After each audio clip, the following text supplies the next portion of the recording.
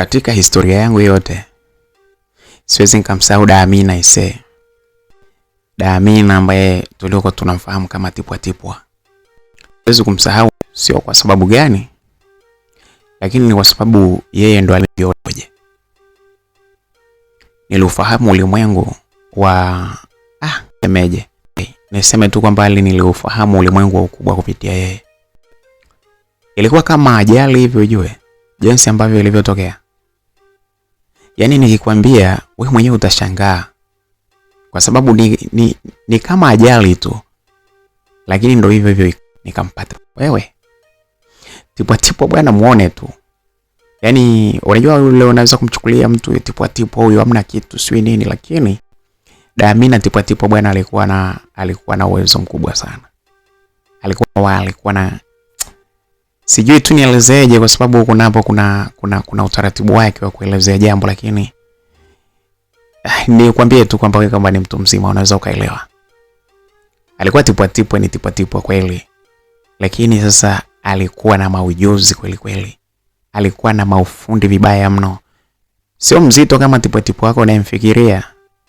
Tipwa Tipwa Damina alikuwa ni wa ukweli kweli kweli. Sasa bana, kama nilivyokuambia, yeye ndo alinifanya mimi niweze kujua ulimwengu. Nikiwa bado kashikaji. Unajua kashikaji? Mimi kwa sababu mimi unajua nilianza shule nikiwa bado umri wangu mdogo sana. Alafu mimi nimechukua mwili wa babangu. Mwili mwembamba hivi. Yaani mwili wangu ni mwembamba. Sasa Damina Tipwa Tipwa yeye kipindi hicho sasa akawa anapenda sana kuniambia, yaani kwanza wewe ndo mwenyewe sasa.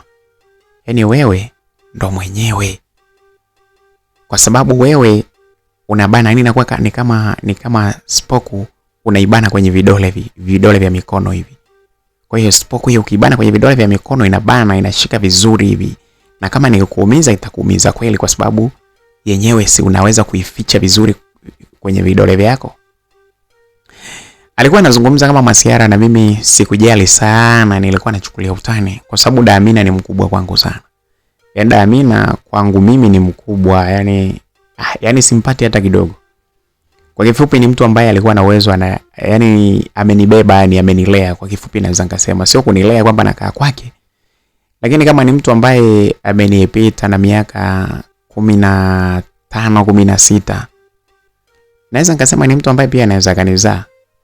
Japo kwa hiyo tumezoea kumuita dada Amina hivyo hivyo. Naona bwana.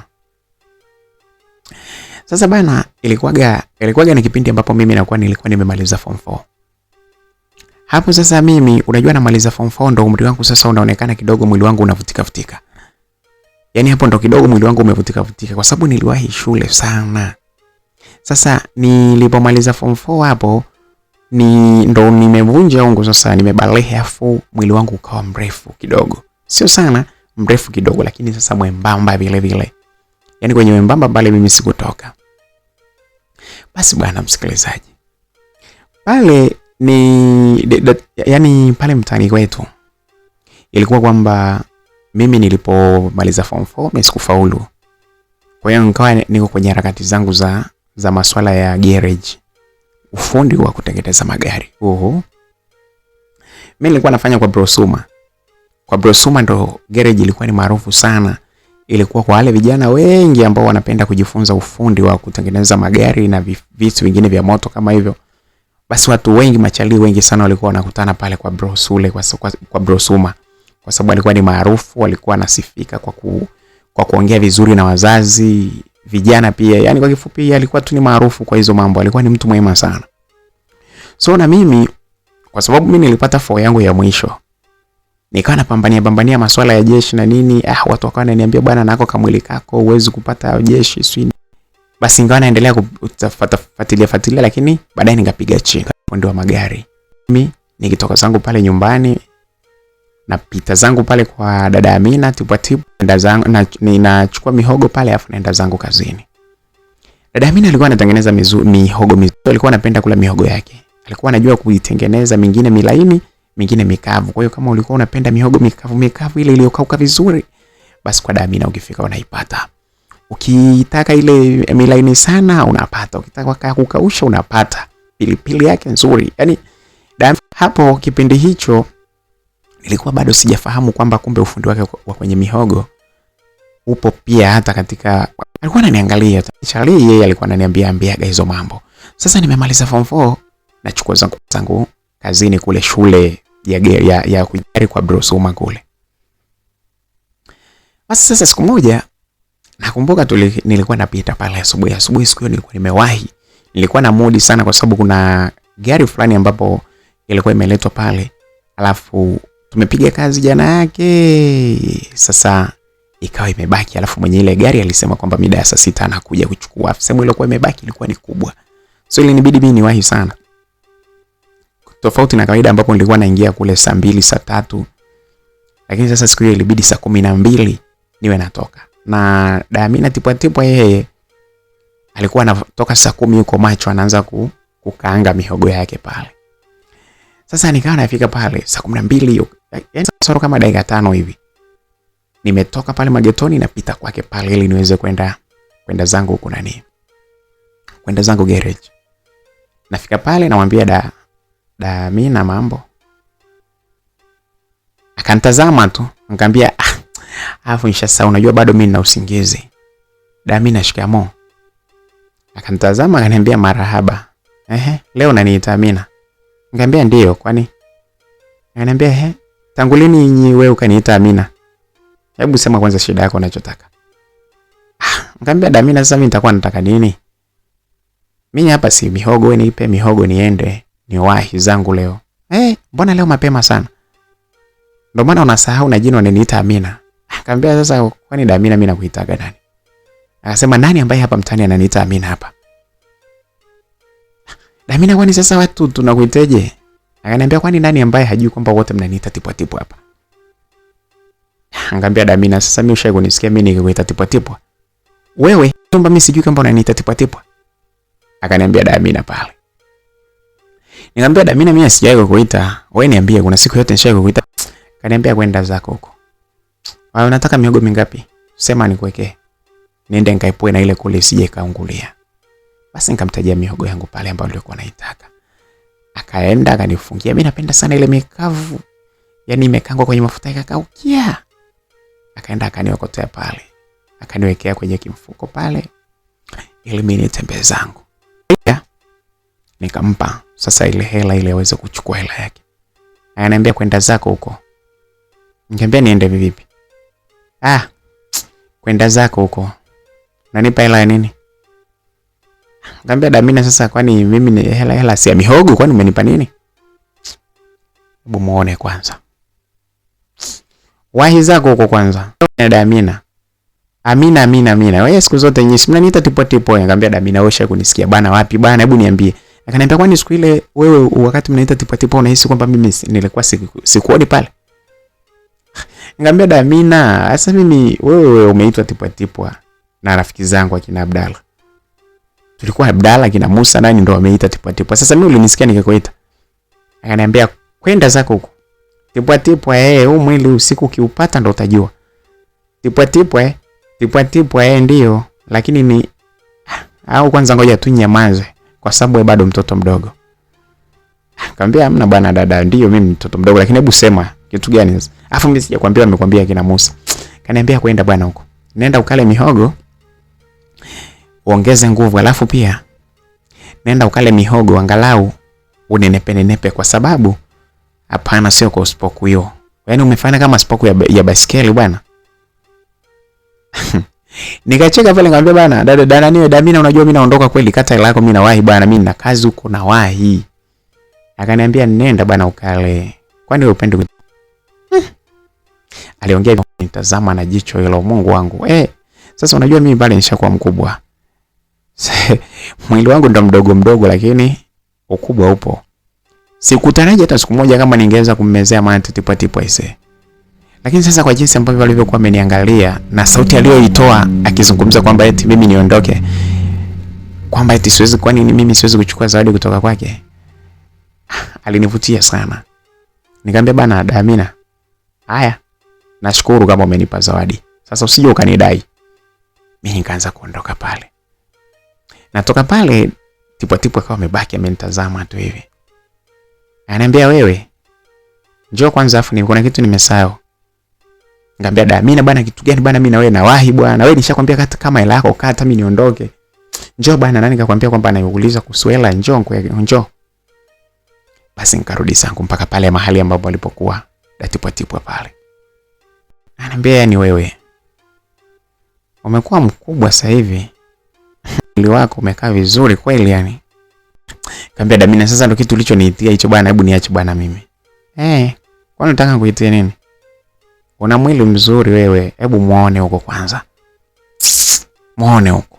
Nakwambia Damina pale, Damina Tipwatipwa akachukua mkono wake, akawa amenipiga kisha mkono, akanipiga kikofi fulani hivi kwenye shavu langu. Akapeleka mkono wake moja kwa moja akashika kwenye mbavu zangu kidogo hivi. Mimi sikuelewa kwamba anataka nini. Nikamwambia bana Damina, hebu acha bana. Nini bana? Akaniambia nenda kule bwana. Jioni ukirudi upitie hapa. Ukinikosa hapa, njoo ndani utanikuta. Nikamwambia basi bwana, poa dadangu. Mimi ngoja niende. Siku ile bwana, mimi nilitoka pale kwa Tipwatipwa nikiwa nina hisia zingine tofauti sana. Lakini sasa dada yetu mkubwa pale mtaani, ni dada mkubwa kama nilivyokuambia kwamba ananipita mimi labda miaka 15, 16 hivi. Haipungui. Yaani ni dada ambaye mimi nakumbuka nikiwa katoto kadogo, hata darasa la kwanza sijaanza. Yeye bado nilikuwa napata maskendo yake mbalimbali huko kuhusiana na masuala ya mahusiano, mara katoka na mtu fulani. Nakwambia hata darasa la kwanza sijaanza. So naweza nikamuita hata kama mama yangu hivi. Ni mtu mzima bwana. Basi bwana msikilizaji, mimi nikatoka zangu pale nikiwa namwazia sana Damina Tipwatipwa. Nikaondoka zangu, nikaenda job. Piga kazi bwana siku ile nikamaliza. Lakini kila wakati nilikuwa nikimkumbuka sana Damina. Damina Tipwatipwa alikuwa namkumbuka sana. Kwa sababu kitendo alichokifanya kwanza cha kunipa mihogo free, na jinsi ambavyo alivyonifanyia kunigusa na mkono wake katika shafu langu, huku akitaka kushika mbavu zangu, sijui anahitaji nini, yani kama simuelewi hivi. Iliniamsha hisia, ngasema huyu ndo na mimi napata mshangazi sasa hivi. Lakini mimi Tipwatipwa hapana, mimi simwezi. Haiwezekani bwana Tipwatipwa, mimi hapana. Basi nikamaliza zangu pale, kafika mida ya kurudi nyumbani. Siku hiyo sikuchelewa, wamezoea pale nikimaliza kazi tunapiga story hapa na pale. Siku hiyo nilikuwa sina story wala nini. Mimi nikatoka zangu pale. Oya. We Miraji, leo vipi mwanangu? Shemeji kakuita nini? Akasema wajinga kama wanahisia hivi. Kweli mimi hapa nilipo akili yangu inajua kabisa mimi nawahi nataka nipite pale kwa Damina. Ngambia hamna issue bwana, achana mimi bwana. Basi masiara pale, si unajua watu wa garage. Mimi nikanyosha zangu huyo. Sikutaka hata kupitia nyumbani. Nilipita pale kwenye banda la dada Amina na sikumkuta, kwa sababu huwa mara nyingi jioni huwa hatengenezi mihogo. Japo kuna siku anatengeneza mihogo, anatengeneza maziwa pale anauza mida jioni, lakini sio kila siku kama asubuhi ambavyo kila siku anatengeneza. Sasa lile banda lilikuwa liko nje ya nyumba yake, nyumbani kwao pale anapokaa. Dada Amina Tipwatipwa alikuwa na mtoto wake ambaye alikuwa anaitwa Gena. Ni kibinti chake kikubwa hivi. Miaka kama kwa wakati ule kile pale miaka kama 6-7 hivi. Sababu kilikuwa kiko la kwanza. Ni kikubwa hivi. Basi bana mimi nikapita pale. Kufika pale ananiambia wewe. Kwanza nikabisha hodi. Alivyosikia sauti yangu akatoka akiwa amefunga kanga tu. Amefunga kanga hivi, alafu kumbe ndani bana alikuwa hajavaa. Akatoka zake pale kidogo, wakati nilibisha hodi akawa anatoka pale kuniambia karibu. Mtoto wake naye akatokea pale chumbani, mahali alipokuwa yuko upande ule wa chumbani kwake. Kuja pale, anakuambia mtoto alifokiwa. Wewe Gena, umefuata nini huko? Umbea tu. Kwanza nenda chumbani kwako. Usije tena huko chumbani kwangu. Kama kuna kitu umesahau, si daftari, si chukua vitu vyako vyote. Nenda chumbani kwako sasa hivi. Gena alikuwa anamuogopa sana mama yake, kwa sababu mama yake alikuwa mkali sana. Basi Gena, mtoto wa dada Tipwatipwa, akaingia ndani, akachukua tu daftari wake, sio na vitu gani vingine mimi sikumbuki. Akatoka zake akaenda huko chumbani kwake. mahali alipokuwa analala, maana Damina alikuwa analala peke yake. Basi ngafika pale nikamwambia na dada shikamoo. Akaniambia mambo. Nikamwambia poa. Ndo umerudi? Angamwambia ndio ndo narudi mida hii. Akaniambia okay. Karibu, hebu njoo bwana. Karibu ndani. Sikupata kuonyesha mashaka yoyote. Nikaona hamna shida kwa sababu hamna mtu yeyote anaweza akahisi chochote, alafu mtu mwenyewe mkubwa, alafu ni mwanamke ambaye pale mtaani. Yaani sijawahi kuona mtu ambaye anajikimbizana naye. Yule pale anapataga si wazee wake, anajua anawapata wapi, mara akitoka hapo anajua mwenyewe anapata watu wake wapi. Tofauti na vibinti ambavyo sasa kipindi hicho ndio vilikuwa vinatamba pale mtaani. Basi tukaingia naye mpaka ndani. Nakwambia ana minyama mwili mzima, yani minyama uzembe mingi. Yani ile tipwa kweli ni tipwa Damina. Tukaingia mpaka ndani, nimeshangaa tunaingia hivi, akafunga mlango kuchwi. Ananiambia kaa hapo. Ananionyesha niweze kukaa pale kwenye kitanda pale.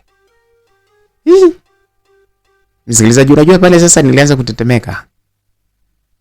Nilianza kutetemeka. Nilipomtazama hivi mkubwa bonge kweli.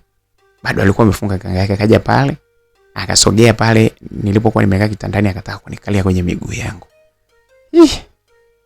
Bana we, mwili huo mkubwa, ngambia dada ni bwana utaniumiza bana. Akaniambia hapo ndo ufanye wanaume, uninyanyue niondoe niweke pembeni. Sasa kumshika vile jinsi ambavyo na sinamkumbatia sasa kwa nyuma huko ili niweze kumweka pembeni. Bana we, minyama inacheza kila mahali. Mkono wangu huo si ukaenda ukagusa mpaka kwenye chakula cha mtoto hapa mbele. Mkono wangu mmoja umeenda umegusa kwenye chakula cha mtoto cha mkono wa kulia, na huu mwingine ukagusa kwenye chakula cha mtoto mkono wa kushoto. Makubwa yani kama yote aise. Nikasikia wewe. Haya, wewe vipandishe utavishusha. Kauli ya Damina tipwa ilinifanya mimi sasa nipate msisimko fulani hivi. Nilimshika pale, nikajikirisa pale, nikamtoa nikamweka pembeni. Lakini mpaka namweka pembeni ilikuwa nikasheshe. Alafu sasa na mimi pale babu huku chini tayari alikuwa ameshastuka kutokana na jinsi ambavyo nilivyokuwa napata joto lote na minyama ile iliyokuwa imenikalia. Nikasema jamani, hiki kinachofuata hapa. Sasa mimi nilivyokaa pembeni, wajua rungu yangu mimi nimebarikiwa rungu ya Kimasai. Nikisema rungu ya Kimasai unanielewa, yani ni rungu lile lenyewe yani la Kimasai lile. Kwa hiyo nilikuwa najaribu kuficha kwenye pensi ambayo nilikuwa nimevaa njunga fulani hivi kubwa lakini inaishia magotini hapa kwa chini. Basi nikawa nikijaribu kuificha hivi, bado inaendelea ile rungu inaendelea kusukuma. Ile rungu inaendelea inataka kuchapa mtu. Bana dada Damina tipwa pale. Akaniambia wewe ndo nini hiki? Sasa alivyoongea vile ni kama alinistua. Niliona sasa hapa mimi inawezekana nimejiongeza kimawazo kwamba mwenzangu kuna kitu kama hicho anataka. Lakini kumbe sio hivyo. Kumbe sio hivyo. Nikaona sasa hapa nitaanza kuchambwa ile pengine hapa na kupigwa mabao, kwa sababu pia na tipwa alikuwa anasifika kwa kubonda watu pale. Yaani alikuwa ni tipwa lakini sio mzembe kwenye kuwababua watu. Yaani mama yeyote anajichanganya au nini anamlabua kweli yani. Kwa kifupi ni mtu ambaye alikuwa anapenda vurugu, japokuwa alikuwa anasifika kuwa na roho nzuri. Basi bana nikamwambia hamna kitu. Amina tipwa akapeleka mkono wake moja kwa moja mpaka kwenye rungu la Masai. Nilijaribu kurudisha lile rungu nyuma, lakini alifanikiwa kushika. Ananiambia tulia hapo. Nikamwambia nini bwana wewe? Akaniambia ndo nini hichi? Kwa hiyo ina maana tuseme umepata hisia na dada yako? Sasa alivyoongea vile, hofu fulani hivi ilikuja, na hivyo babu yangu akaanza kunyong'onyea taratibu. Lakini yani taratibu lakini kwa uhakika. Akaanza kunywea. Unajua kwenye hizi mambo hizi babu huwa hapendi kugombezwa. Babu akisha stuliwa hivi akipata mistuko fulani hivi ananywea mwenyewe ndani. Basi ndicho kilichotokea pale. Babu wangu akanywea. Kiasi kwamba hata Damina tipwa ilibidi aachie sasa, kwa sababu ni alikuwa anatokobeni. Alikuwa shaondoka haya maeneo ya wazi, anaenda kwenye maeneo ya jificheni kwenye eneo lake. Basi bwana msikilizaji, nikamwambia Damina hamna bwana. Afu naomba hebu niende kwanza. Ananiambia wewe, endelea. Unahisi kwamba ni wewe tu unazijua mimi sijui au? Nikamwambia kitu gani? Endelea. Nikiweka hii kanga pembeni hii, usinilaumu. Sasa muda huo anaozungumza, maeneo yake yalikuwa yako wazi kwa sababu kanga ilikuwa imebaki huku mahali ambapo ilipokuwa imefungwa tu.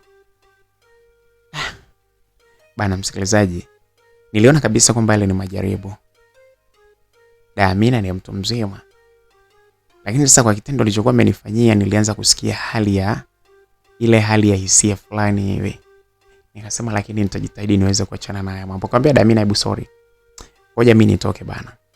Ulikuwa unaniambia kitu gani? Ananiambia hujui nini kwani bwana? Hebu acha mambo yako afu bana Miraji. Hebu acha kunitania bwana. Nikamwambia kitu gani? Nikamwambia bana sister, mimi sielewi bana, uliniambia nipitie hapa ndo nimepita. Niambia basi mimi nataka niondoke bana. Tuachane nayo mambo mengine, sio ya muhimu sana. Ananiambia sio ya muhimu. Ingekuwa sio ya muhimu huyo Masai wako angesimama hivyo. Huyo Masai wako angesimamisha ng'ombe kiasi hicho. Kama sio ya muhimu. Hebu njoo huko bwana. Afu mimi unajua mwenzako mimi ndo napenda hivyo. Yaani hizo ndo vitu vyangu hivyo. Hiyo rungu ya Masai kinichapa hiyo hapo nasikia kabisa kwamba nimechapwa. Yaani ukinipiga nayo hiyo najisikia kabisa kwamba nimepigwa. Hebu fanya hivyo bwana. Fanya hivyo basi. Nikamwambia hapana. Hapana. Nilianza kukataa pale kwa sababu kwanza nilikuwa nishaogopa kuhusiana na maradhi. Kutokana na umri wake jinsi ambavyo alivyokuwa. Yaani niliogopa. Lakini pia niliogopa pia kwamba maisha baada ya pale nitaanza kuishije pale mtaani. Vipi kama mtu yeyote akifahamu kwamba eti mimi pamoja na Amina tipwa nina itakuwaje? Niliona kama inaenda kuja kuwa aibu sana. Niliona ni kujidhalilisha kwa hali ya juu sana. Bana aliposema vile mimi nilinyanyuka haraka sana nikakimbia pale kwenye ule mlango alipokuwa amefunga na kile kitasa mimi nikavuta haraka nikatoka zangu. Nikamwambia basi baadaye. Aliambia wewe njoo kwanza. Sikutaka kumsikiliza, alimwambia baadaye bwana Amina nakuja. Nilitoka zangu pale moja kwa moja nikaenda nyumbani kwetu. Hapo bwana nilikuwa nimefanikiwa kukimbia kitumbua pale. Nilichokuwa naogopa pale ni sana ni maradhi. Mwili ulikuwa unataka, lakini nilipokuwa nakumbuka habari ya maisha kwamba nianze kupata maradhi niishi maisha ya hatari na nini. Niliona mambo yasiwe mengi. Basi nikaamua mimi kuondoka zangu pale. Nilijua kabisa kwamba Amina hawezi kupenda ile jambo. Lakini mimi moyoni mwangu nilipenda kwamba nimenusurika kutoka mbali na kitendo kile ambacho kingeniletea matatizo kede. Basi bwana, mimi niko zangu nyumbani siku hiyo. Ikakaa usiku kafika pale, bibi mkubwa katengeneza vyakula pale nini tumekula tumemaliza. Tunamaliza kula tu pale. Nikasikia miguu uko nje unajua watu wenye mwili mikubwa wakitembea. Basi ile vishindo ngavisikia kwa nje. Nikawa na mimi pale sasa navizia kuangalia kwamba ni nani. Kidogo ngasikia huko Mamiraji. Sauti ya Amina tipwa ndio ilikuwa inaita. Mwanzoni kwanza sikusikia kama amesema Mama Miraji, nilijua anaita mama. Nilikuwa najua anaita Miraji. Yaani nikajua ananiita mimi badala ya mama. Baadaye nilisikiliza mara ya pili nikasikia kwamba anaita Mama Miraji. Basi nikawa nimefurahi pale. Nikaona sawa, bora tu. Nikajua sasa nataka alete za kuleta hapa, alete mazoea mpaka nyumbani. Basi mimi bana nikatulia zangu pale, mama akamuitika akamkaribisha. Alipoingia tu pale, jicho lake la kwanza moja kwa moja lilirusha upande wangu. Nilitazama hivi. Jinsi ambavyo alivyokuwa ananiangalia, akasema haya. Mama Miraji. Bana, kuna sehemu pale ndani kwenye kitanda changu kwa chini. Kuna nati bana nimenasikia kama zimetoka. Kama imepotea au vipi? Nimejaribu kumwambia nani aangalie Gena naona naye hakuna kitu. Hebu namuomba bana Miraji aje bana. Kwanza Miraji ndo anafanya maufundi. Aje anisaidie bana, niangalie kwenye kitanda changu bolt kama imedondoka. Mama akamwambia hamna shida mwite. Pale sasa mimi nikaitwa sasa. Japo nilikuwa nasikia kila kitu anachoongea. Muda huo ni saa 4 kasoro hivi usiku.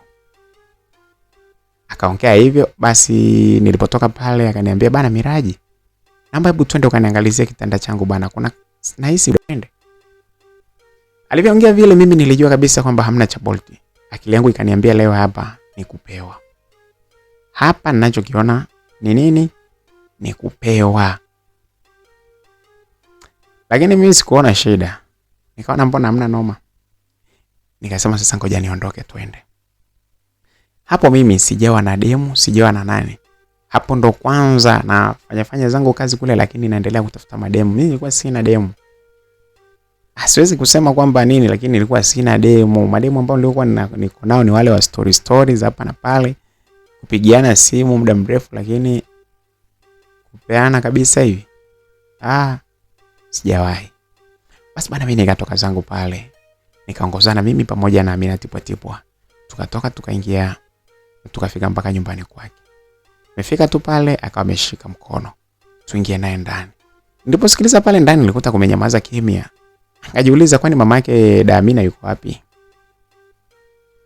Nilijiuliza lakini sikuwa na majibu. Tukaingia naye mpaka ndani kwake, akaniambia wewe bana, sasa muda ule ulikimbia. Ulikuwa unakimbia nini? Kaambia sasa Amina bana, na wewe si unajua. Sasa mimi ningefanyaje hata ungekuwa wewe ni wewe? Ungefanyaje? Akaniambia ungefanyaje nini? Kwani wewe uelewi nini? Basi conversation zikaanza pale kuzungumza mimi na yeye. Nikasema haya. Kabidi nimuulize mama yako yuko wapi? Akaniambia mama ameenda kwenye shughuli, kurudi hapo sasa sijui atarudi hiyo saa 8 usiku akimaliza shughuli huko ukumbini au vipi. Ngamuuliza na mwanao. Akaniambia ameshalala sasa hivi nawe. Ngambia okay. Fungua basi tuangalie hiyo bedi hiyo nani. Toa godoro hapo tuone. Akaniambia uone kitu gani bana? Hebu acha ushamba bana. Hapa bana. Bolt gani?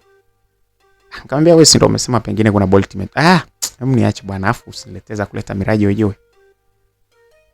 Usijifanye uelewi. Msikilizaji, muda huo Amina Tipwa kweli, alafu kama kawaida yake alikuja nyumbani akiwa amepiga kanga 2 ya chini na ya juu, lakini tulipofika pale ndani alitupa moja, akabaki na moja. Kwa hiyo kifuani pote kulikuwa pako namna gani vipi, yani hapana nguo alizokuwa amevaa. Alikuwa yupo tu hivi huko juu yuko kama alivyozaliwa.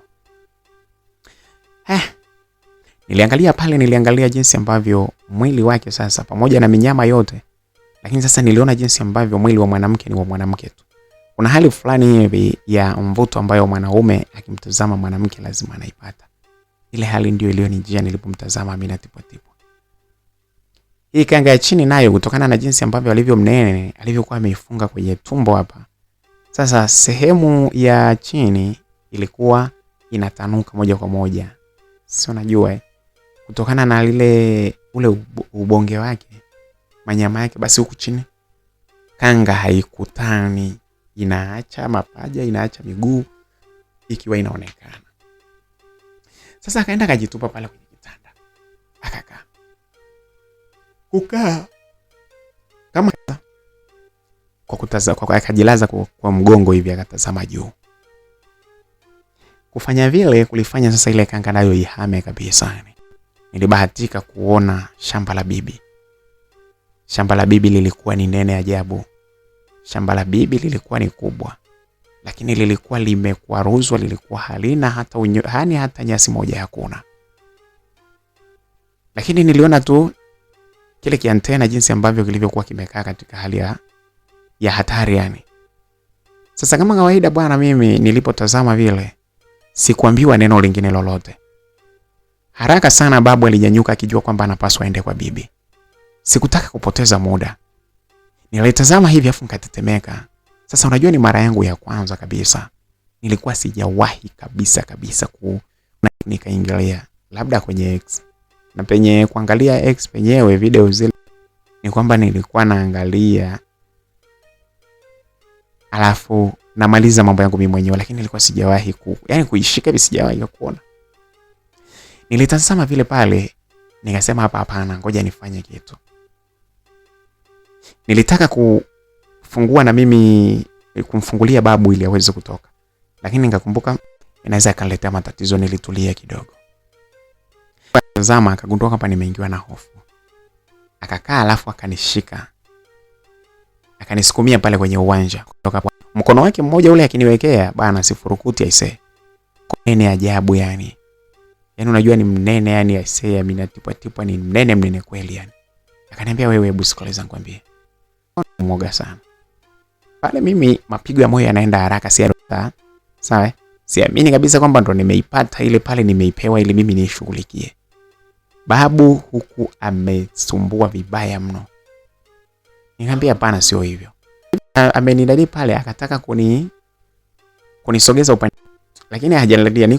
Nimelala kwenye uwanja pembeni na yeye amelala upande wake. Lakini amenishika. Alisogea moja kwa moja akapeleka mdomo wake mpaka kwenye eneo langu la mdomo. Sasa alipofanya kitendo kile tayari ni kama alinibosti. Aibu zangu zote nilizokuwa niko nazo na hofu ziliondoka zote. Nilifahamu kabisa kwamba hapa napaswa nifanye nini. Baada ya hapo akaanza kuniongea malesha maneno yake, akaniambia bana, hebu acha kunichosha bana. Kitu gani ambacho uelewe bana? Hivyo jua kama mimi nakupenda toka ukiwa mtoto. Ni kama nilikuwa nakusubiri kwamba uweze kuwa mkubwa. Au wewe hujui kitu gani bana? Fanya bana hivyo. Nilisikia maneno yale jinsi ambavyo walivyokuwa wananiambia. Niligundua ninaenda kuipata ya dada Amina leo. Mpaka akili yangu ikafikiria haraka zote hizo. Nilikuwa nahangaika, lakini kumbe kuna mtu ananipenda hapa toka kitambo. Sikutaka kupoteza muda. Yeye pale na yeye mwenyewe pale akazidisha kunisogeza karibu. Alikuwa na utundu mwingi sana ambao sasa yeye alikuwa ananionyesha, mimi nilikuwa sifahamu. Mkono wake ukaenda kwenye mkanda wangu na kuhakikisha kwamba unatoka ule mkanda. Alianza sasa ile milango ambayo ilikuwa inamzuia. Sasa alipoiondoa ile, babu badala ya kufurukuta ndani, sasa babu akiwa anafurukuta babu akawa hafurukuti ndani, anafurukuta. Sikuelewa kama yale mambo ambayo niliona zile za hatari, nilikuwa sifahamu kama they are real things, kwamba ni vitu halisi. Lakini sasa pale dada Amina tipwa ndo aliyenifundisha kwamba vile vitu ni halisi. Alipofanikiwa kufungua ile milango yote na kuitupa pembeni mageti yale ambayo yalikuwa yanamzuia babu, akaniachia sasa huku upande wa juu na kushuka mpaka chini kwa babu, huku akiwa amepeleka mdomo wake kule. Mdomo wake alipofikisha pale, moja kwa moja na kumpeleka sasa katika maeneo ya mdomo. Babu alistuka tukio lile. Lakini babu ilikuwa ni mara yake ya kwanza kutoka kwa mtu mwingine. Unajua babu siku zote anataka joto. Hataki baridi. Wazee hawataki baridi kwa kawaida. Ndio maana huwa wanaota moto. La babu yangu alilokuwa amelipata kutoka kwenye tipwa. Sasa kutokana na kwamba babu yangu yeye alikuwa hajawahi kupata pale, alikaza kucheza na babu yangu huku akiwa anamhamishia tu kwa upande huu, kupeleka kutoa upande huu, kupelekeza upande huu. Baada ya sekunde kadhaa pale, dakika kadhaa hivi ziliisha. Damina aliona kabisa kwamba Damina hakutaka kupoteza muda tipwa. Ile iliyokuwa imebaki pale ile kanga aliona ni kama so aliingiza nguo. Wote pale tumebaki kama jinsi ambavyo kama tarehe yetu ya kuwa. Mimi akili yangu yote muda ule pale kwa bibi ili niweze kupagusa nimpeleke babu aweze kuingia. Nilipeleka mikono yangu kule haraka sana. Nikagusa pale nyumbani kwa bibi. Nilipopeleka pale na kugusa kidogo hivi, niliona jinsi ambavyo sasa bibi mwenyewe kutoa mate. Bibi alianza kutoa mate mengi sana kutoka jino. Ukiachana na antena yake moja ile hana jino, niliona mate mengi sana yakiwa yanatoka kule kwa bibi. Haraka ingia hapa ndio ipo nyumbani kwake. Basi bwana, nilienda yeye Damina tipwa akakaa kwenye egemea kwenye ukuta wa pale. Alipoegemea pale kwenye ukuta, mimi sasa nikawa niko kwenye kiasi ambacho sasa yeye ni kama amekaa lakini amelalia lakini kama amekaa fulani hivi, yani upande mmoja umekaa, mwingine umeegemea. Unajua ile nusu kulalia, ni kama anakalia na hapa mwishoni kabisa mwa makalio hapa, mwanzoni mwa mgongo hapa. Sasa mimi nilivyoona vile, kitendo kile kilifanya sasa ule pale nyumbani kwa bibi milango yote kuwa wazi. Niliona mpaka ile, yani tunyama twekundu, ile geti jekundu la nyumbani kwa bibi ile ya kupagawa. Niliona hakuna kingine kilichobaki. Babu amefurukuta na bibi mwenyewe ametoa maji amemwaga. Nikaona hamna kitu kingine, haraka sana pale nikajipeleka pale, nikamweka babu pale, na hapo sasa hata hakuambiwa kitu gani, moja kwa moja babu akawa ameteleza. Wewe kuingia nyumbani kwa bibi, alikuwa hajawahi kufika nyumbani kwa bibi, alikuwa anapaona kwa mbali tu, tena penyewe anaona kwenye TV. Sasa mimi kuanza kufika kwangu pale ndani, niliona jinsi ambavyo sasa hata Damina tipwa alivyokuwa amefurahi bibi. Vurugu zilikuwa ni nyingi sana kwa kweli, huku akiwa anasifia sana babu yangu kwamba babi yangu anajua ni nini cha kufanya. Sasa na mimi kwa sababu ilikuwa ni mara yangu ya bibi, nilikuwa ninayo mudi sana, mishindo ilikuwa ni mingi sana, vurugu, mambo mengi sana. Aisee, uwanjani pale chenga zilikuwa ni nyingi sana. Sikuamini kama tipwa angeweza kupepesi kiasi. Pamoja na kwamba ujasiri mkubwa sana katika upande wa goli la juu, nikiwa ninashindilia mipira na kwa nguvu sana, huku goalkeeper akiwa anaidaka kwa kasi kubwa sana, nikiwa nafunga magoli kwa nguvu kubwa sana. Lakini hatimaye Damina aliniambia kwamba pale uwanjani muda wa mazoezi umetosha kwa upande wa mimi kukaa kwenye magoli. Basi japokuwa nilikuwa naogopa sana, lakini ilinibidi nikubali kwa sababu niliona kwamba na yeye anahitaji akae katika goli la juu. Uwanjani pale sasa, uwanja wetu ule ni maporomoko. Dada Amina tipwa alikaa goli la juu. Mwanzoni nilijua kwamba sasa atanivunja kweli kweli, lakini sijui ile balance alitoa wapi Dada Amina tipwa. Alikuwa anajua namna nzuri ya kukaa bila kumuumiza babu wala kuumiza kitu chochote kile. Zaidi sana nilikuwa ninapata kusikia tu sauti zake za muhimu sana za kushangilia jinsi ambavyo magoli yalivyokuwa yanaenda. Chenga zile alikuwa anazifurahia, mipira ya pasi ambayo ilikuwa inaenda alikuwa anaifurahia. Lakini hata jinsi ambavyo nilivyokuwa nikifunga goli, nilikuwa nikiona jinsi ambavyo anavyoshangilia na kufurahi sana. Na kila nilipofunga goli na yeye alifunga goli. Alikuwa ameniweka kweli pale nikiwa ni kama kitenesi, kama kakitu kadogo ambako amekaficha pale. Nakwambia kama ni mtu ambaye hata angekuja pale uwanjani asingegundua kwamba mimi nipo, kwa sababu nilikuwa nimefunikwa kila upande. Sasa wakati mimi niko chini naendelea kufurahia mechi katika goli la chini, jinsi ambavyo mechi inavyoendelea, na Damina jinsi ambavyo ninamshangaa ule wepesi wake ameutoa wapi, huku akiwa anajua kugeuza magoli kwa namna tofauti, na chenga zake akijua kwenda kila eneo la uwanja alikuwa analigusa. Wakati naendelea kushangaa hivyo, ghafla nilishangaa, wakati nasema nilishangaa tu tayari chakula cha mtoto kikiwa kimewekwa mdomoni mwangu. Chakula cha mtoto cha Dada Amina, kwa kawaida kwa mtu ambaye ni bonge tipwa, chakula cha mtoto nacho huwa kinakuwa kikubwa. Ilikuwa ni kikubwa kiasi kwamba sasa na chenyewe kilikuwa tipwa. Sasa nilipopokea tu kile chakula cha mtoto na kuweka mdomoni, nilikuta sehemu kubwa sana ya kifungashio cha chakula cha mtoto kikiwa kimefunika pua yangu. Ilibidi mikono yangu sasa, mkono wangu mmoja uende na kuondoa ile sehemu ya mfuko wa chakula cha mtoto ule ambao uliokuwa umenifunika puani, maana ningeacha tu kwenda hata leo nisingeweza kuelezea, huenda ningekufa. Basi nikao peleka mkono wangu nikawa nimeibana fulani hivi. Sasa kumbe jinsi ambavyo ninavyobana ule mfuko, alafu huku nikiwa naendelea kula chakula cha mtoto kwa ustadi mkubwa sana ambao sijui hata nilifundishwa na nani.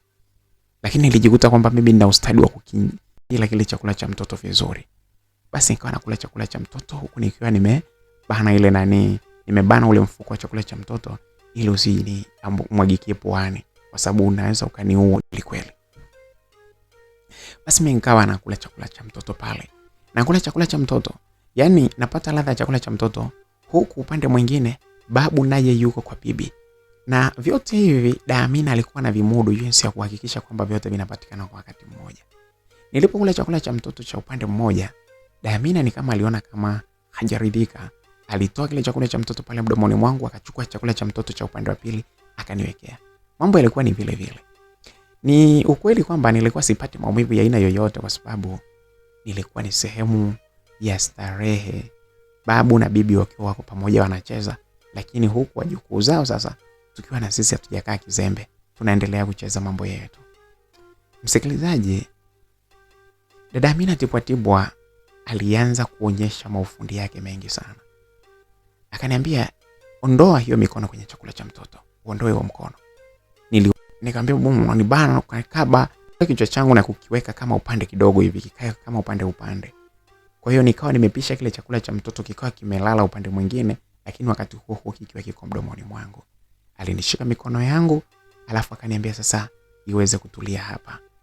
Msikilizaji, ile mikono ilienda moja kwa moja na kutulia katika mgongo. Sasa ilivyotulia pale, hata mimi kuna furaha kubwa niliona. Ile mikono nilimuona akiwa ananifundisha sasa, anaichukua mgongoni, anaipeleka mpaka upande wa chini huku. Ananipandisha, ananiambia kwamba napaswa niwe na izungusha mikono maeneo mbalimbali. Sasa na mimi nilikuwa ni mwepesi kuelewa. Of course nilikuwa nimeshaona video nyingi za babu na bibi wakiwa wanacheza ni vitu gani ambavyo sasa mtu unapaswa. Mimi pale elewa.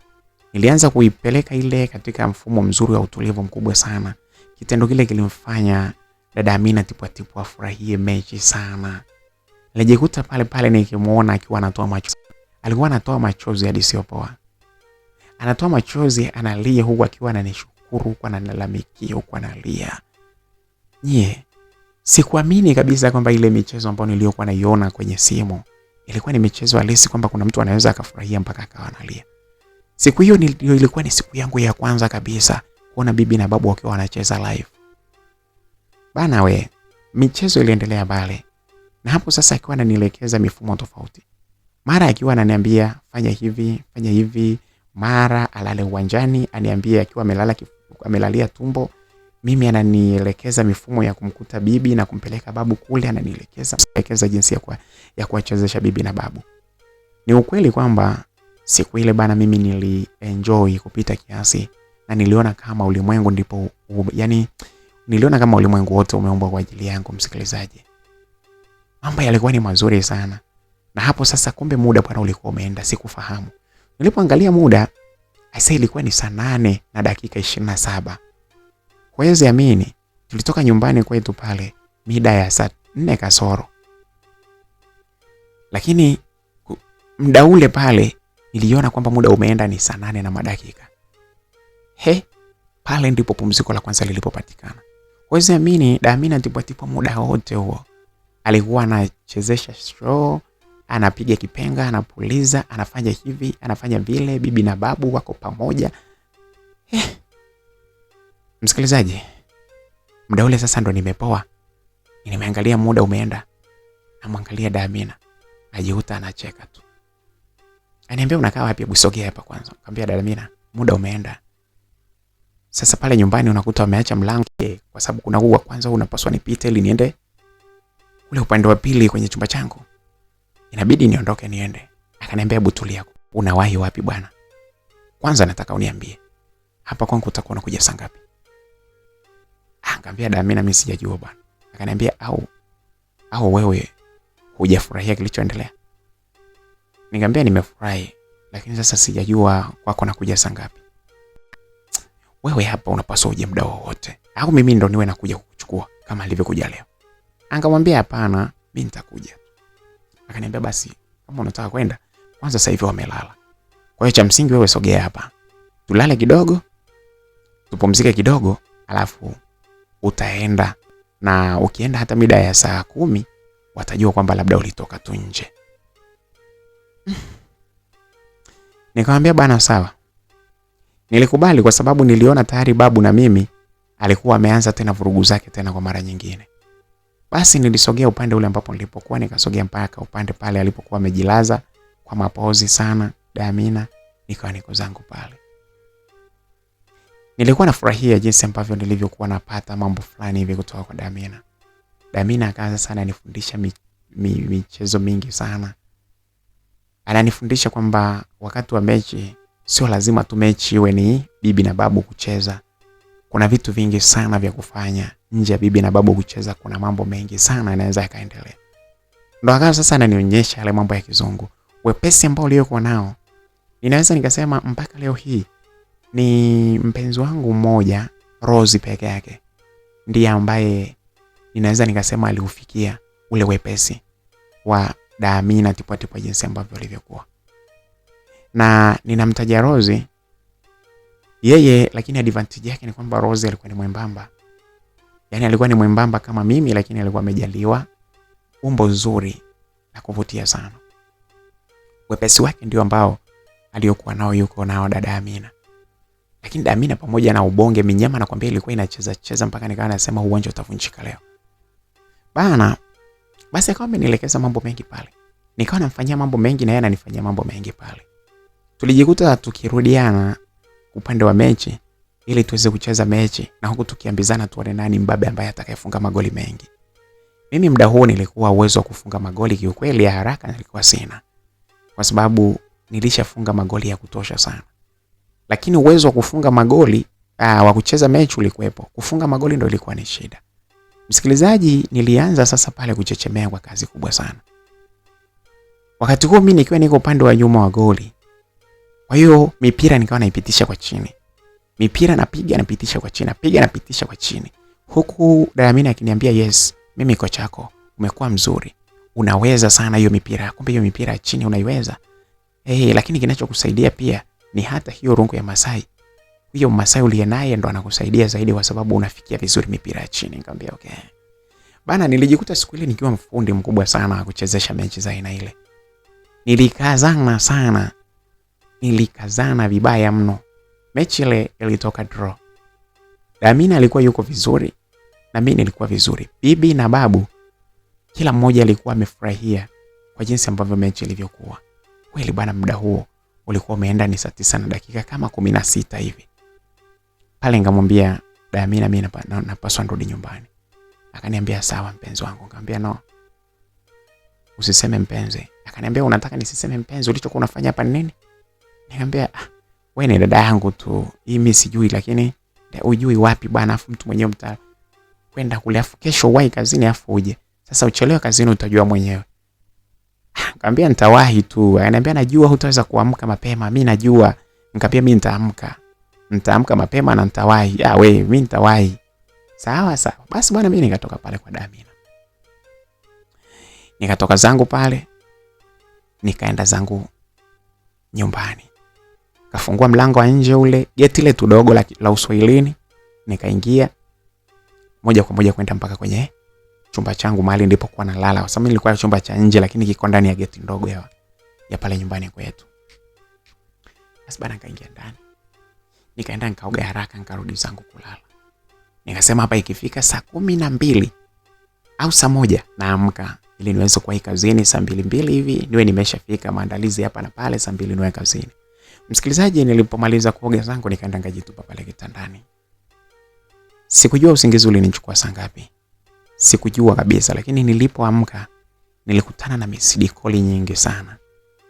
Misidikoli nyingi sana za watu wa kule kazini. Brosuma alikuwa amenipigia kama mara 5 hivi. Lakini sio mara 5, no. Brosuma alinipigia mara 3. Lakini rafiki yangu Abdalla yeye ndo alikuwa amenipigia kama mara 5 hivi. Yaani nilikuta misidikoli nyingi sana msikilizaji. Nilipoangalia muda ilikuwa ni saa 6 na dakika 8 mchana. Huwezi amini. Nimeamka muda huo naona zile misidikoli afu mwili wangu uko hoi vibaya mno. Yaani mwili wangu uko hoi, nimejichokea sana. Naamka pale kwa sababu muda huo nilikuwa najua muda umeenda. Yaani muda haujaenda sana.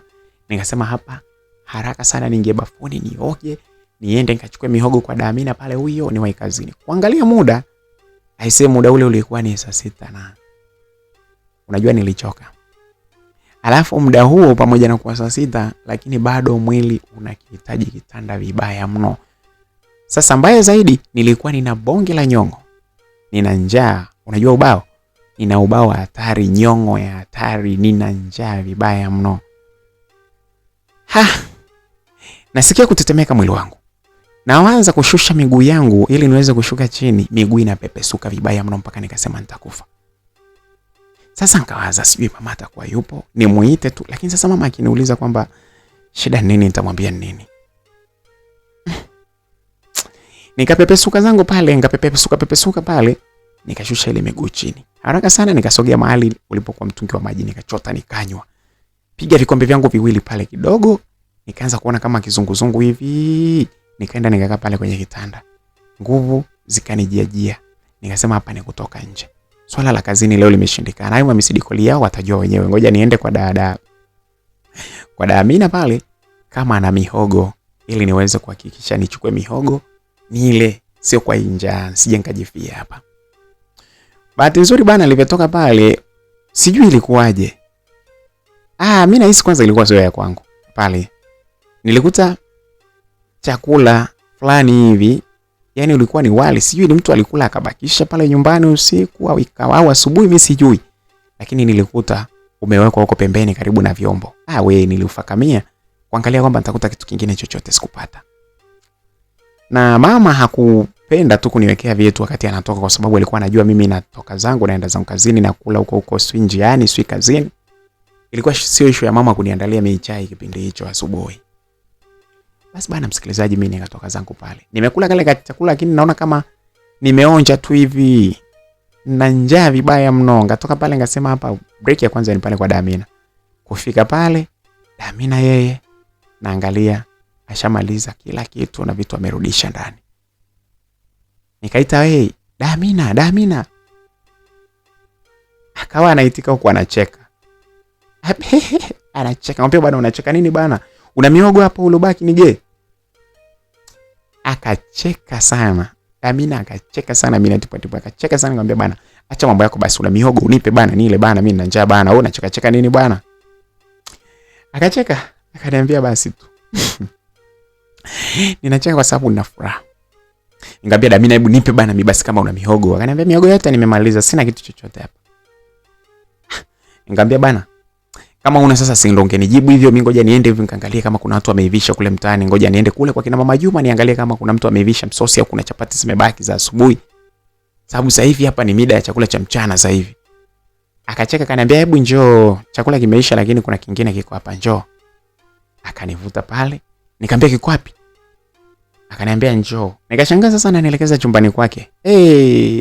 Mungu wangu, nikajua hapa sio chakula. Nilisikia babu akianza kutetemeka kidogo hivi kama anataka tena, lakini akasema Mungu wangu nitakufa. Iwe kama wale watu ambao wanaofiaga vifuani wale. Mtu ana njaa sijui ana nini, anakula madawa ili apige show alafu mwisho wa siku anajifia. Nikasema Mungu wangu hapana. Basi nikamwambia hapana bwana, akaniambia njoo, acha ujinga. Nikagoma kuingia pale ndani, akaniambia angalia pale. Nenda pale ukachukue. Kuangalia nikaona kulikuwa na hotpot kubwa hivi. Liko pale ndani.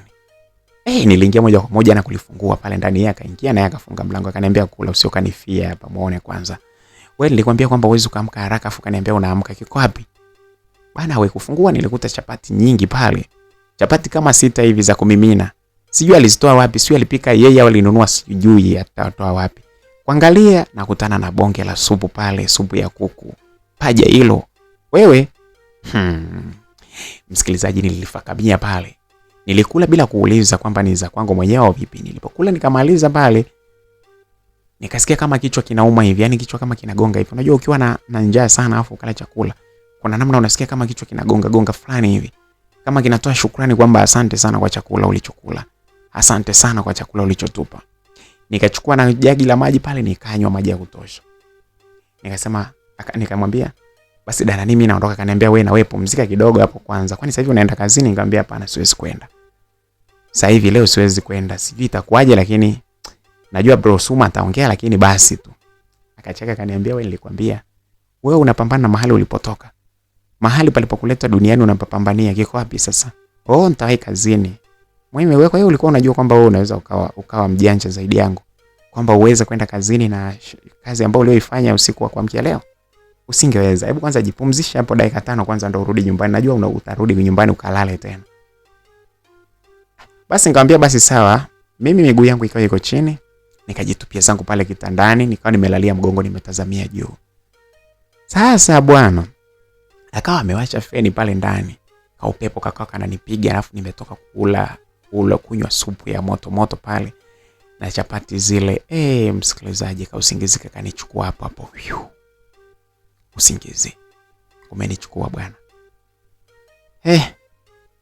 Kustuka namkuta Tipwa akiwa yupo anacheza na, yani mwili wangu ameufanya uwanja anaochezea. Kwanza nikastuka, nikamwambia sasa hivi saa ngapi kwanza? Akaniambia sasa hivi sasa si jioni. Nikamwambia nimelala mpaka jioni. Akaniambia kwani ulijuaje? Msikilizaji, kuangalia hivi kwenye dirisha, jua limeshageuka upande wa pili, linataka kuagaga hivi. Saa 12 kasoro hiyo msikilizaji. Lakini sasa pale alikuwa tayari na yeye ameanza kuniamsha hivi. Mambo yale. Basi bana, mimi pale nikajikuta nikiwa nahitaji tena. Nilichukua tena pale, tulicheza mechi, tukafungana 2-2. Muda ukao umeenda hapo, jua sasa limezama hapo, lakini mwanga wa jua ndo bado umetawala. Nikamwambia ngoja. Akaniambia ndio hivyo tena, ukirudi nyumbani sasa hivi hapo watajua ulienda kazi. Nikamwambia hapana bro, Suma lazima atakuwa amempigia mama. Kwamba sipatikani, lazima alimpigia mama. Na mama ataniuliza kwamba nilienda wapi. Basi mimi nikatoka zangu pale, nikaenda zangu mpaka wapi? Nyumbani. Kufika nyumbani pale nikakuta mama yupo. Akaniambia wewe ulikuwa wapi wewe leo? Mbona mwalimu wenu ananipigia simu anasema haupo kazini? Anasema amekupigia simu upatikani. Nikamwambia mama mimi unajua kwani mama hapa wewe uliniacha hapa ndani au mimi ndo nilikuacha? Mimi nilikuacha hapa, lakini mimi niliondoka mapema sana, nikaona nisikusumbue. Nilitoka saa 1 kasoro hapa, nikajua muda huo unaamka unaenda zako kazini. Nikamwambia mama sasa mimi niliamka hapa leo nikajisikia hali yangu sio ngasawa hata kusalimia, kujua kuuliza kwamba upo haupo.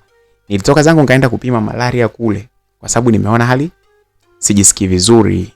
Nikapima pale, bahati sijakutwa na malaria.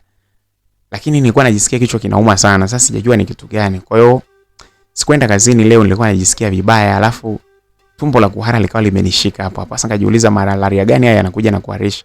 Kwa hiyo nimeshindwa kwenda kazini. Msikilizaji, mamangu akaanza kuonewa huruma pale, akaniambia lakini umenunua dawa? Ngambia naona sasa hivi limetulia japo sikunywa dawa, lakini nilinunua mapera pale kwenye genge la kina Dauda pale. Nikala. Mama akacheka akaniambia kwa hiyo unakula mapera ili ukate kuharisha? Nikamwambia ndio. Nilikula vile upeli, naona sasa hivi mambo yanaenda vizuri. Mama akacheka pale akaniambia basi sawa, lakini siku nyingine wewe unamwambia mwalimu wako ukiwa una matatizo. Nikamwambia mama hali iliyokuwa nayo nisingeweza kumwambia, lakini siku nyingine nitamwambia ikitokea. Basi story 2-3 mimi pamoja na bibi mkubwa pale. Basi ikawa imeisha hivyo siku hiyo. Msikilizaji, sasa pale mimi nikawa ni kama nimepata demo pale mtaani. Unajua sasa mimi na Tipwa ni mtu ambaye hafai kusema kwamba ni mwanamke uko naye. Umri wake, lakini pia na muonekano wake. Yaani ana mishepu, lakini mishepu yake imejaa minyama kiasi kwamba yani huwezi kumkubali yani. Ushaona vile? Yani huwezi kumkubali. Basi tu mimi vile kwa sababu balehe, afu nilikuwa nimechelewa kukutana na mwanamke, afu ndo vile mitego aliyokuwa ameniwekea ikabidi. Basi bana, mimi kesho yake kama kawaida nilipitia pale kwa Damina. Nikawa sasa mimi nikifika pale nachukua tu miogo, ananigea na niwekea vitu kama kuna yani unikojua sasa napendelewa. Najua nishakuwa baba mwenye nyumba pale. Napendelewa vibaya sana. Akawa sasa akiniita pale naogopa, sitaki kuja ni nyumbani kwake. Ani ninavyoenda, yani yeye alikuwa anataka we mara kwa mara niwe naenda. Sasa nikawa najikaza mara kwa mwezi naenda mara moja. Akawa analalamika sana, analalamikia kwenye simu, sweet nini bana mimi sweet nini, kama kuna mtu anayekupoteza nikimjua nitamwekea hata sumu afe, kama kuna mwanamke sweet, maneno mengi sana pale. Damina Tipwa akawa anaongea. Bana we. Kumbe bana alikuwa anamaanisha. Sasa pale mtaani kuna demu mmoja ambaye demu alikuwa anaitwa Raima. Raima alikuwa ni rafiki yangu, yani ni anahitaji kuwa na mimi, lakini mimi nilikuwa bado yani mimi nilikuwa ni mzito kuongea. Niseme tu kwamba alikuwa ni mzito kuongea na wanawake na kuwakatisha shauri ili waweze kuwa upande wangu. Yani mwanamke mpaka anikubalie, yani mpaka niwe naye, mpaka labda yeye mwenyewe afunguke au sijui iweje yani. Kwa hivyo Sasa Rahima akawa mara kwa mara anakuwa na mimi, anatokea karibu na mimi, anafanya hivi. Bwana wewe, siku moja nakumbuka alikuwa nimetoka kazini, ilikuwa ni mida. Siku hiyo nimewahi, nimetoka kule jobu saa 10. Saa 10 na madakika hivi. Kufika pale ndo saa 11. Unajua kuna kipindi ambacho saa 11 yani jua bado liko juu sana. Maana unakuta saa 1 inaingia lakini bado mwanga wa jua ni mkali. Ndio kilikuwa kipindi kama hicho bwana. Msikilizaji, nikatoka pale nikawa nimefika karibu na pale ni kwetu, lakini sijafikia nyumbani. Ni mbali kidogo na nyumbani kwetu, lakini ni karibu kidogo pia na kwake na dada Amina tipwa. Sasa maeneo hayo ya jirani hapo. Nikasikia makelele, swi nini? Watu sasa wamejikusanya pale Uswahilini, si unajua? Watu wamejikusanya wengi. Swi nini huyo? Watu bwana, kumbe kuna watu walikuwa wanapigana bwana. Usogea pale kufika na mkuta Amina tipwa amemlalia Rahima. Anamshindilia mingumi ya uso vibaya mno. Damu pale zinaruka, watu wanajaribu kumnyanyua ni Amina tipwa, lakini sasa Kirahima chenyewe kilikuwa kinapenda ugomvi pia vile vile. Lakini sasa kwa hakifui dafu, kwa sababu Amina akikukalia na mwili wake ule, lazima wewe mwenyewe bwana unakuwa kama umekaliwa na pipa la maji yani. Yaani kama umeangukiwa na pipa la maji. Tipwa pale nikakuta anapiga magumi. Wewe unajifanya unajua wanaume. Unajifanya unajua wanaume. Nilikukanya sana. Usifuatilie wanaume za watu. Mangumi pale yanaenda pale. Nilipofika pale, nilivyomuona tu kwamba pale, kwa sababu kwanza mwanzoni sikugundua kama aliyeko chini ni nani. Lakini kwenye ile watu kumvuta Amina tipwa ni ukaona sura ya Rahima imechafuka, madamu yanatoka huku, jicho limevimba hapa juu. Mungu wangu, nikasema hui, inayotajwa mwanaume nitakuwa ni mimi. Nikasema hii sasa ni aibu. Na aibu pale nikaona mimi ngoja nikae pembeni na nijifiche, kwa sababu hapa lazima nishatajwa. Sasa kwa bahati nzuri wa mama pale wakiona huyu mwanaume mwenyewe ni nani, utamua mwenzako sijui nini. Akaja mama mmoja, huyu tulikuwa tunamuita Mama Sele.